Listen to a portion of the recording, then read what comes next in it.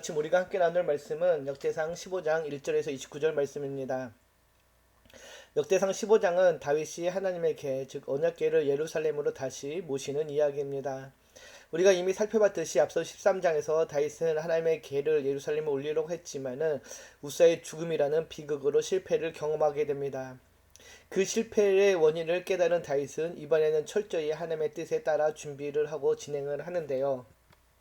1절을 보면 이렇게 시작합니다. 다윗이 다윗성에서 자기를 위하여 궁전을 세우고 또 하나님의 궤를 둘 곳을 마련하고 그것을 위하여 장막을 치고 1절이 전하는 내용은 14장의 기사처럼 일종의 삽입 기사라고 할 수 있습니다. 하나님의 궤를 예루살렘을 안치하고자 했던 1차 시도 실패 이후 하나님의 궤가 3개월 동안 오베에돔의 집에 머물렀는데요. 그때 다윗이 궁전을 세우고 하나님의 궤를 둘 곳을 마련한 것이 아니죠. 이미 1차 시도 때 이 모든 것을 준비했습니다.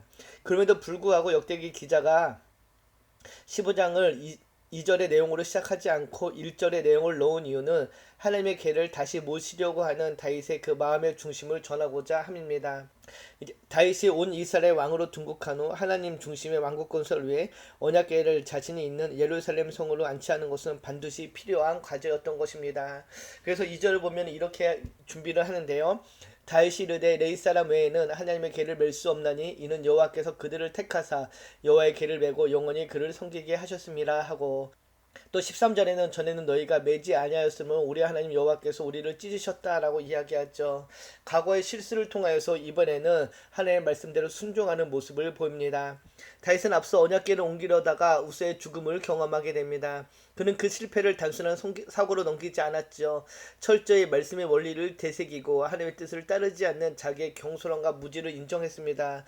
그리고 이제 레위 사람들 곧 제사장의 직분을 가진 자들이 언약궤를 옮겨야 함을 명확히 합니다. 하나님의 방법은 단순한 절차가 아니라 하나님을 향한 경외의 마음이 담겨져 있는 하나님의 거룩한 질서라는 것을 깨닫게 된 것이죠. 우리 삶에도 하나님을 향한 뜨거운 열심은 있지만 그 열심이 말씀 안에서 다듬어진 것인지를 한번 돌아봐야 할 것입니다. 우리가 실패를 통해 하나님의 뜻을 더 깊이 이해하고 그 뜻에 순종할 때의 실패는 축복가 됨을 기억하시기 바랍니다. 그리고 이어지는 11절 이하의 본문을 보면은 다윗의 그 철저한 준비의 모습을 볼 수 있습니다. 먼저 다윗은 제사장 사독과 아비아다를 부르고 또 레위 사람들의 지도자들을 불러 그들에게 선결하게 할 것을 명합니다. 이것은 육체적 영적 부정함을 완전하게 제거하여 거룩한 하나님 앞에 나가기 위함입니다. 언약궤는 하나님의 임재를 상징합니다. 이 임재 앞에 서기 위해서는 무엇보다도 마음의 정결함과 전심의 회개 그리고 두려움과 경외함이 필요했던 것이죠. 그래서 다윗은 먼저 하나님의 언약궤를 맬 제사장과 레위 사람들을 성결케 하고 구별시킵니다. 그리고 13절을 보면은 다윗은 다시 전에 한번 자신들이 실패한 그 실패를 상기시키죠. 전에는 너희가 매지 아니하였으면 우리 하나님 여호와께서 우리를 찢으셨으니 이는 우리가 규례대로 그에게 구하지 아니하였음이니라. 그리고 다윗은 13장에 그 실패를 다시 한번 상기시킵니다.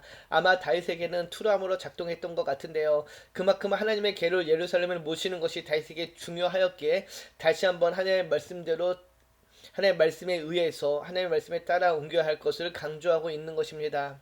그리고 이어지는 본문을 보면은 다윗은 언약궤를 메어 옮겨오는 과정에서 자식뿐만 아니라 온 백성이 함께 기뻐하도록 준비합니다. 음악과 찬양을 통해 하나님께 영광을 돌리는 예배를 조직하는데요. 이를 위해 레인들로 구성된 찬양대와 악기를 활용하고 즐거운 소리를 크게 내라라고 강조합니다. 언약궤를 옮기는 일은 온 이스라엘이 함께 해야 할 축제이며 예배라는 것을 강조하는 것인데요. 예배는 공동체적인 사건입니다. 이 장면에서 우리는 이스라엘 전체가 함께 준비하고 함께 찬양하며 함께 기뻐하는 모습을 봅니다. 제사장들, 노래하는 자들, 악기를 연주하는 자들, 문지기들까지 모든 사람이 자기의 자리를 맡아 하나님의 궤가 들어오는 일을 돕고 또 그 일을 기뻐하며 함께 하나님께 영광을 돌리고 있습니다. 우리가 여기서 주목할 것은 기쁨입니다. 예배의 분위기는 엄숙함 속에서도 진정한 하나님의 임재 앞에서 기쁨과 환희가 충만해야 됨을 알려주고 있는 것이죠.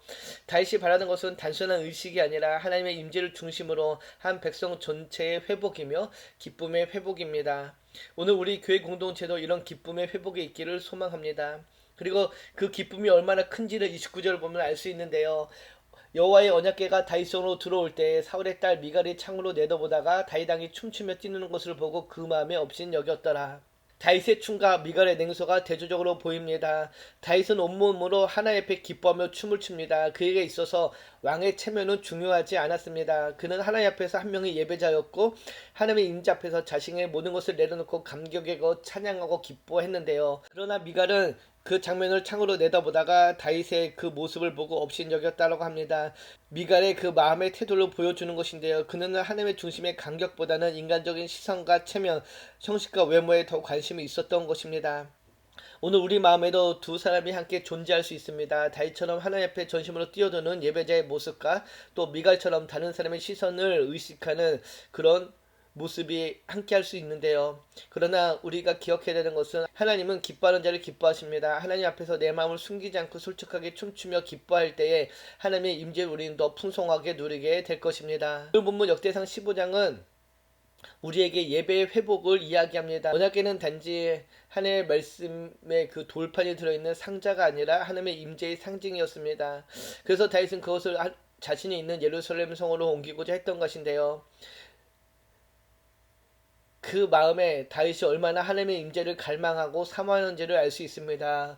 우리 역시 하나님의 임재를 갈망하며 사모하며 하나님과 함께 동행하고 있는지 오늘 하루를 시작하며 우리의 삶의 모습을 돌아보길 바랍니다. 그리고 이 아침 간절히 주님의 임재를 구하는 복된 하루 되기를 주님의 이름으로 축복합니다. 기도합니다. 참 좋으신 하나님 감사합니다. 오늘 이 아침 주님의 말씀 앞에 섭니다. 하나님의 임재를 사모하며 하나님의 임재를 기뻐했던 다윗과 같이 오늘도 우리의 삶에 함께 하시는 그 주님으로 인하여서 기뻐하고 즐거워하는 우리의 삶의 자리가 되게 하여 주시옵소서. 감사드리며 우리를 구원하신 예수님의 이름으로 기도드립니다. 아멘.